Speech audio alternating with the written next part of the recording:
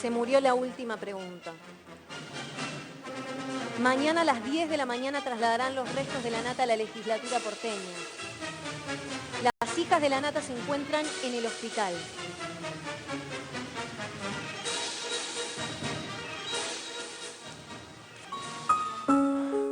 Y le damos la bienvenida a Carlos Stroker. Gracias, compañero, por sumarte por favor, en este horario. Vos trabajaste con él. Un placer, murió Jorge Lanata, yo trabajé con él, tuve la oportunidad de trabajar con él, nos conocimos muy jóvenes, trabajamos en Página 12, de hecho él me lleva a mí a Página 12, trabajamos en Radio Belgrano, sin duda uno de los periodistas que cambió al periodismo en los últimos 50 años en la Argentina.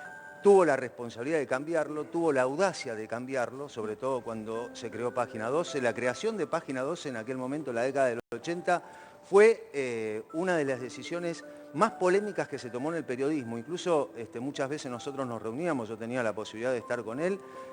Hay cuestiones que tienen que ver con un vínculo personal con Jorge Lanata. Él incluso en alguna oportunidad estuvo en mi casa, yo vivía solo, él se había separado, pero más allá de todas esas cuestiones que están vinculadas a lo íntimo, el periodismo que hizo Jorge Lanata o que creó Jorge Lanata o que creamos en ese momento, digo creamos porque éramos un grupo, ¿sí? Hay que pensar que, por ejemplo, Lanata convocó en aquel momento en Página 12 en 1987 a plumas como por ejemplo Eduardo Galeano, el uruguayo, Osvaldo Soriano, Osvaldo Bayer, personas que marcaron la historia del periodismo en la Argentina. Y Jorge, con Página 12, fue el director, el primer director de Página 12, fue el que cambió, ¿sí? De hecho ahora vamos a ver algunas tapas de Página 12 de la década del 80, que cambió lo que tenía que ver con la lectura de lo que era la noticia, ¿sí? De Página 12. Es más, sí. Sí, Carlos, la mayoría de nosotros decimos Jorge Lanata y lo conocemos a través de tele o por escucharlo en la radio, Sí. por seguirlo. Sí. ¿Qué significa Jorge Lanata detrás?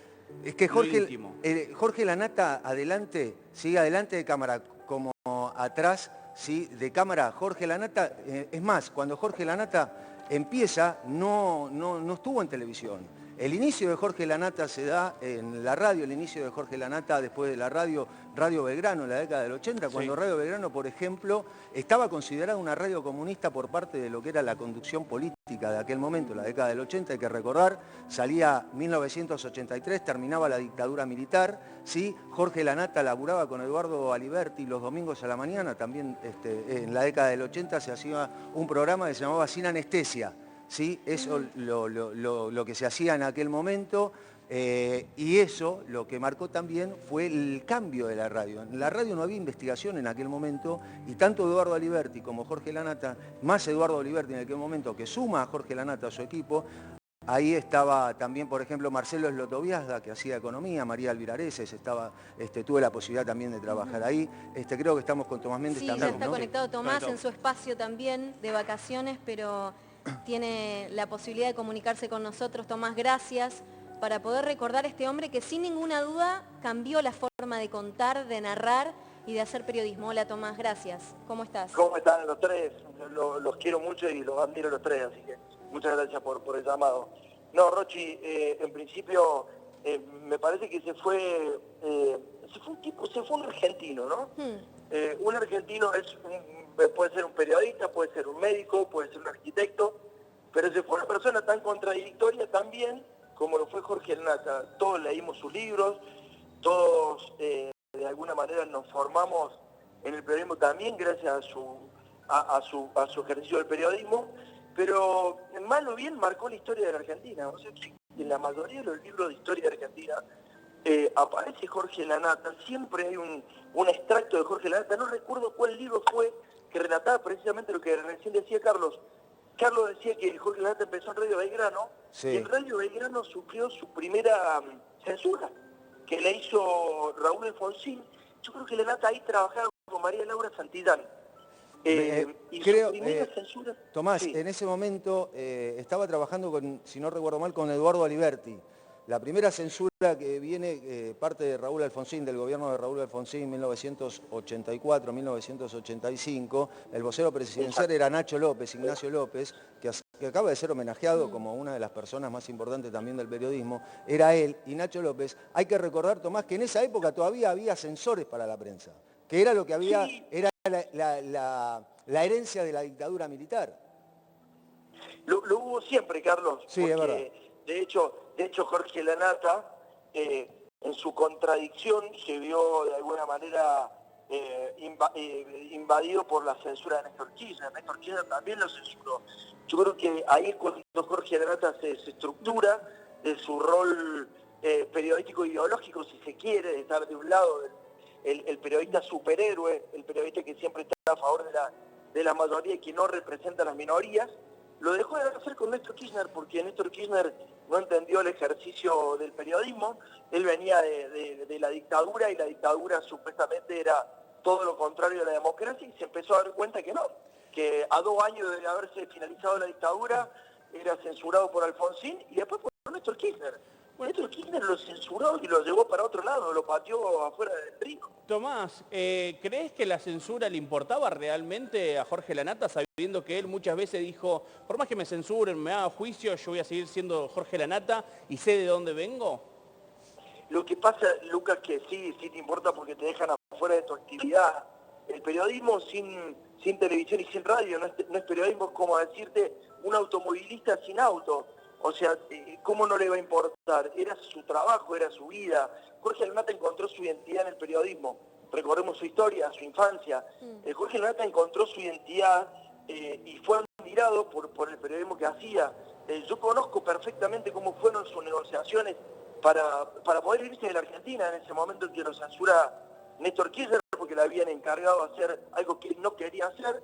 Entonces, lo único que pedía era una página de internet en México para poder irse del país, con tal de no entregar su no sé, a ver, como su esencia. Claro, y claro. finalmente la terminó entregando. Bien, ahora, perdón, Sí, Rochi. sí. Tomás, también es cierto, a raíz de lo que vos estás contando y lo que vos decís del tema de la censura, la década del 80, yo tuve la oportunidad de trabajar en Página 12, cuando inicia Página 12 en 1987, el inicio de Página 12 se da en un bar. El bar La Ópera, que está en Corrientes y Callao, las primeras reuniones que nosotros teníamos de edición, o sea, de trabajo, de decir, bueno, qué notas vamos a hacer, qué notas no vamos a hacer, se empezaron a hacer en un bar. ¿Pero por qué se hacían en el bar?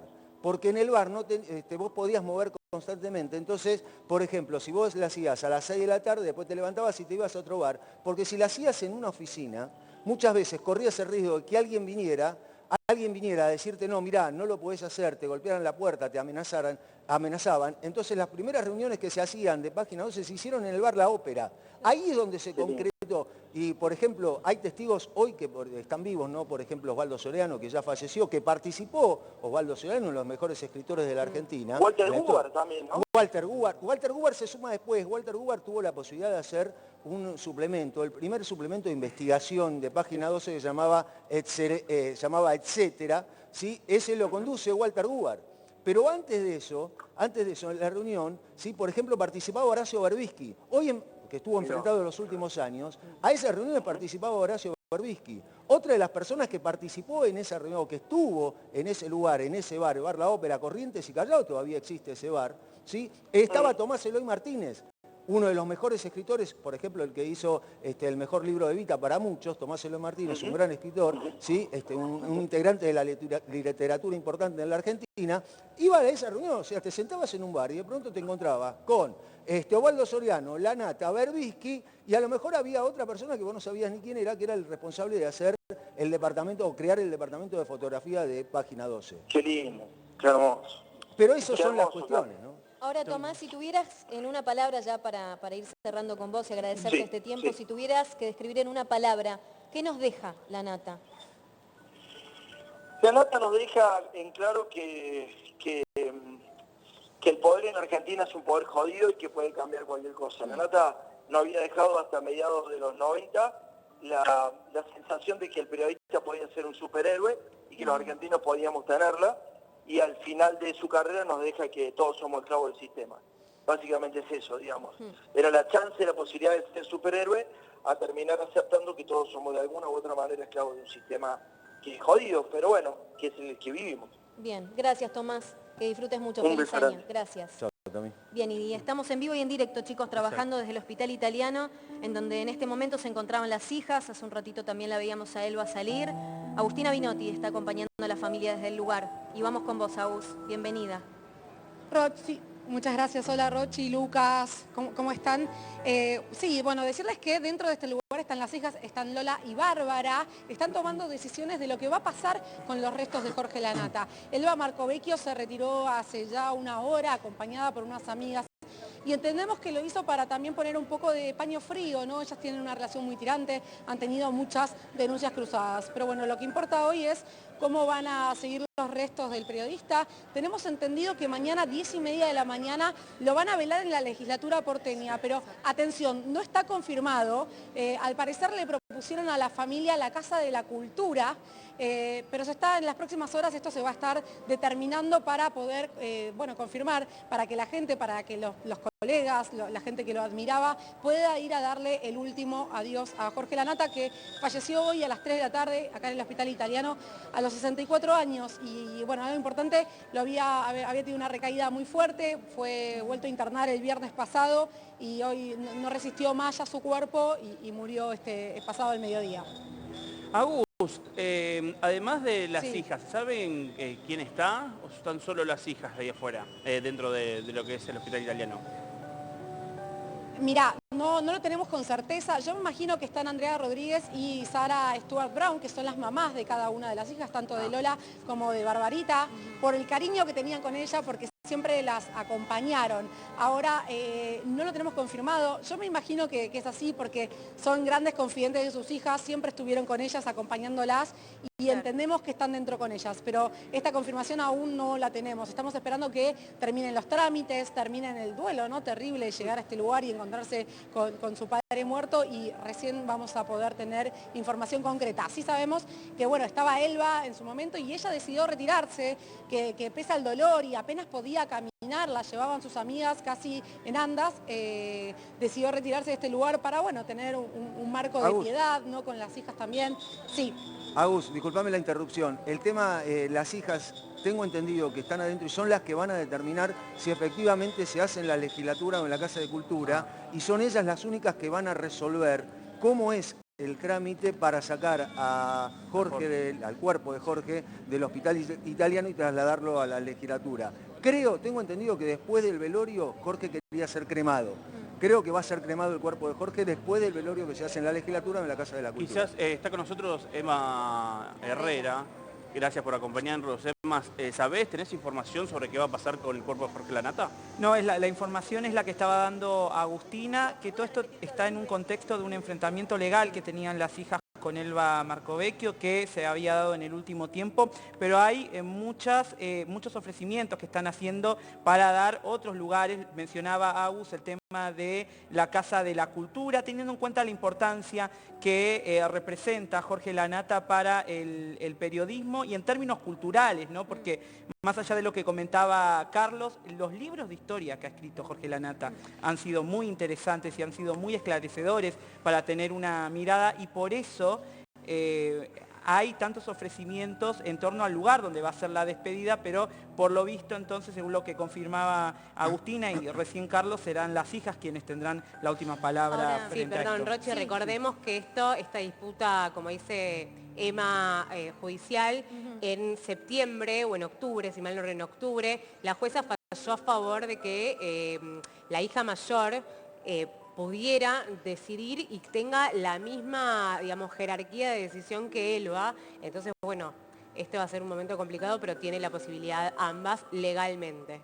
Ahora, nuestro Graf reza, se murió la última pregunta, y yo recuerdo una de las frases más icónicas de Lanata. Él decía, yo soy periodista porque tengo preguntas, yo no tengo respuestas.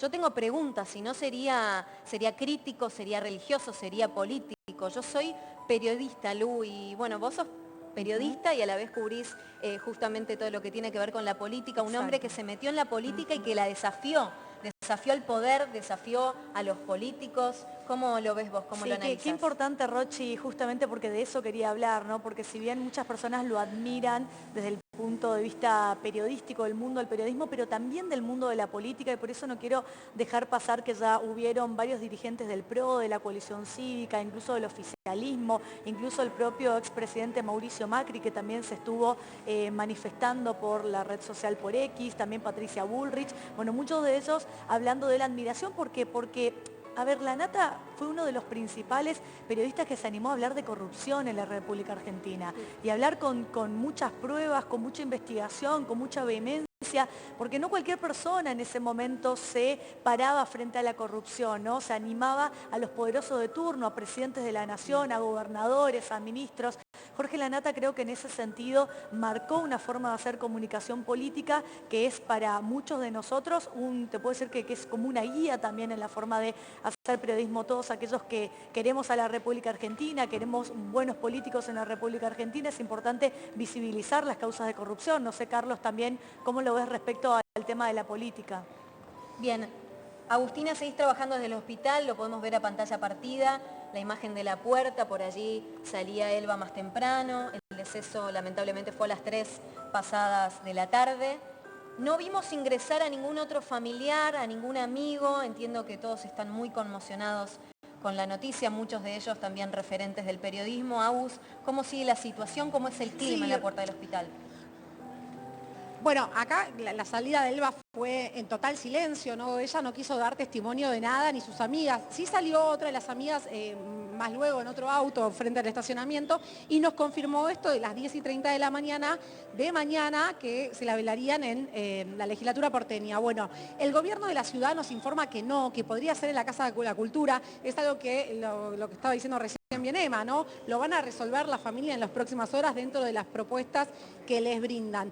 Ver entrar, no vimos entrar a nadie más, perdón, no de los conocidos, ¿no? Quizás hay familiares que nosotros no conocemos de Lanata que están dentro del lugar, porque la cita es mañana, hoy es el círculo más íntimo, ¿no? Que la está pasando mal acá adentro, que está despidiendo al gran periodista de 64 años, pero no solo un periodista, están despidiendo a su papá, están despidiendo a su exmarido, a un hermano, entonces no tenemos referencias de quiénes están precisamente acá adentro. Mañana va a ser un día público de despedida más masiva, ¿no? Pero recordemos también que es 31 de enero, claro. Mañana, ¿no? Que ya no hay gran cantidad de gente en Capital, que muchos han decidido ir a pasar el año nuevo a la costa o a otro lugar. Sí. Agus, no, preguntarte si la salida de Elba fue decisión propia o tiene que ver con alguna orden legal de último momento que ha llegado. No nos llegó ninguna notificación del juzgado. Ella, para nosotros, para la opinión pública, creemos que salió para darle un marco de un paño frío a la relación difícil que tiene con las hijas, ¿no? Dejarlo, ella se despidió, ella estaba en el lugar, ella fue la que le informó a nosotros, ¿no? A los periodistas lo que había pasado, claro, que del deceso a las 15:25 ella informó todo, confirmó que había muerto y después de un rato, casi una hora más tarde, se retiró del lugar. Si me preguntás, me parece que lo hizo por algo más personal, se despidió y dejó que sus hijas se despidan para evitar conflictos. Se fue destrozada. Ella no dio palabras, pero realmente era muy conmovedor verla salir, verla abrazarse con sus amigas. Casi no podía dar pasos. Ya te digo, la llevaban a andas en sus brazos sus amigas. Bien, Agus, déjame dar una información con respecto a lo que vos estabas contando. Sí. Hay una diferencia entre lo que es su pareja actual, o que era su pareja actual, y toda la familia. Lo que están resolviendo es precisamente eso. El lugar donde se va a hacer depende de cómo van a estar sentadas cada una. Porque las hijas no quieren estar al lado de Elba, de su pareja, y Elba no quiere estar... O sea, es feo hablar de estas cosas, pero la solución o la resolución que tienen que tomar está vinculada a cuestiones personales. Si es en la legislatura, tienen que estar separadas, están hablando sobre esa cuestión. Las hijas no tienen problema, pero Elba tiene más problema con respecto a esto. ¿Por qué? Porque puede suceder algo inesperado, y si pasa algo inesperado estás en el velorio de Jorge Lanata, en el velorio del papá de Bárbara y de Sara. Carlos, vos que sos una de las personas más allegadas a Jorge Lanata, y contaste que en el año 87 comenzaste a trabajar con él en el diario. Él a los 14 años comenzó a trabajar en Radio Nacional. Sí. Entiendo que fue con el permiso de su propio padre, le tuvo que pedir permiso. Es uno de los periodistas que empezó a trabajar más de joven. ¿Qué te contaba sobre eso? Él empieza a trabajar a los 14 años, iba a la radio, de chico iba a la radio a ver. El primer trabajo lo tiene, si no recuerdo mal, a eso de los 16 años. Empieza a trabajar en la radio. Jorge fue un autodidacta, Jorge no estudió, Jorge no terminó la secundaria. O sea, lo que estamos hablando, recién Emma contaba, por ejemplo, el tema de que escribía libros, él se fue, recuerdo que nosotros estábamos trabajando juntos, Jorge, en un momento en Página 12 estaba lo que se denominó la Guerra de las Piedras en Medio Oriente, entre Palestina e Israel, ¿sí? Lo que se denominó la Guerra de las Piedras, y Jorge dijo, el periodismo tiene que estar ahí, fue y estuvo, cubrió lo que fue la Guerra de las Piedras en ese momento, después vino y escribió un libro. Después el libro tuvo muchas críticas, pero más allá de eso, digo, fue, estuvo, y él lo que quería era hacer, estar siempre, en el periodismo, ¿no? Siempre quería estar ahí. Detrás de la información, detrás de la investigación, un hombre que vivió rápido, que vivió intensamente, 64 años. 64 años. Claro, un hombre muy joven, pero que ha vivido todo y ha desafiado absolutamente todo. Sabés que él decía, para las nuevas generaciones, para los jóvenes, La Nata también marcó un antes y un después. Él tenía un ojo en saber determinar quiénes iban a llegar lejos y así fue formando sus equipos, siempre confiando en el periodista joven que tal vez eso no se había recibido o que recién estaba dando sus primeros pasos. Pero siempre mencionaba que no existían las notas malas. Existían los periodistas malos, pero no las malas notas, porque todos teníamos una historia para contar. Lo interesante del periodismo era poder sacarle a la persona común y corriente eso interesante que tiene para contar esa nota. En la gráfica siempre se dice lo mismo, escribí bien o escribí mal. Claro. Punto. O sea, si la nota no se entiende, está mal escrita. Esto es la base, ¿sí? El núcleo de lo que es el periodismo gráfico. Si la nota no se entiende, es porque está mal escrita. Y si no atrapa. Y si se entiende, quiere decir que está bien escrita, quiere decir que entendió lo que vos estabas diciendo. Muchas veces, por ejemplo, cuando las tapas de Página 12 en la década del 80, del 90, ¿sí? Me recuerdo lo que decía Tomás, muchas veces los funcionarios llamaban y preguntaban cuál iba a ser la tapa. Claro. Recordemos que no había redes sociales, no había nada en ese momento. ¿Cuál iba a ser la tapa de Página 12? Y las reuniones de etapa de Página 12 siempre se hacían prácticamente sobre el final, 11 y media de la noche. Ahí se hacía la reunión, éramos un grupo, éramos varios los que estábamos ahí, obviamente Jorge estaba siempre, y en ese lugar y en ese momento se resolvía la etapa. Una de las tapas más críticas tenía que ver con cuando Alberto Fujimori gana en Perú su elección, la primera elección. Fujimori era un outsider de la política, gana en Perú. ¿Qué hacía o cómo iba a posicionarse Página 12, un diario progresista, un diario de izquierda, frente a Alberto Fujimori?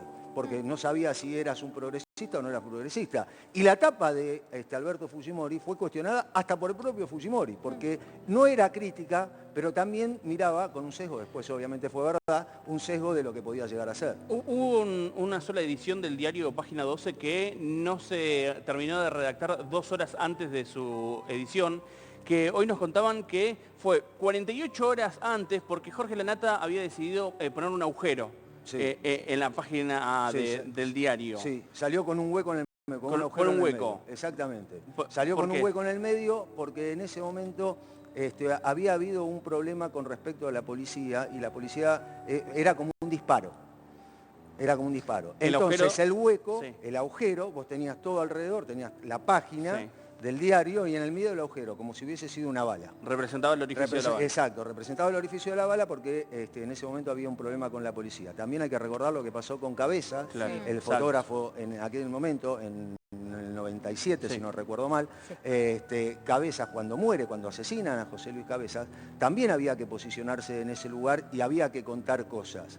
Y también llegaban las amenazas. Claro. Hay que recordar la policía, la bonaerense, ¿sí? Con respecto a eso. Y otro punto que tuvo Página 12, que también, me acuerdo, fue una idea de Jorge La Nata muy temprano, porque Carlos Menem en un momento tildó a Página 12 como un diario amarillo. Un diario amarillo. El diario amarillo lo comparó con uno de Alemania, el Bild de Alemania, que es un diario amarillo. Entonces La Nata esa mañana llamó a todos los periodistas y dijo, el diario de hoy se va a llamar Amarillo 12. Y salió con las páginas amarillas, como si fuera las páginas amarillas, así salió. Pero eso se resolvía ahí. Eso fue hombre disruptivo, ¿no? Y nos demostró Emma que lo importante no era solamente lo que se contaba, sino la manera de contarlo, la manera de llegar a la gente, sin miedo y sin pelos en la lengua. Y fue marcando épocas, porque ustedes mencionan a Página 12, pero por ahí lo que somos un poco más jóvenes, nos criamos viendo Día D, que fue un programa político por excelencia, con lo que cuesta instalar marcas en programas políticos. Y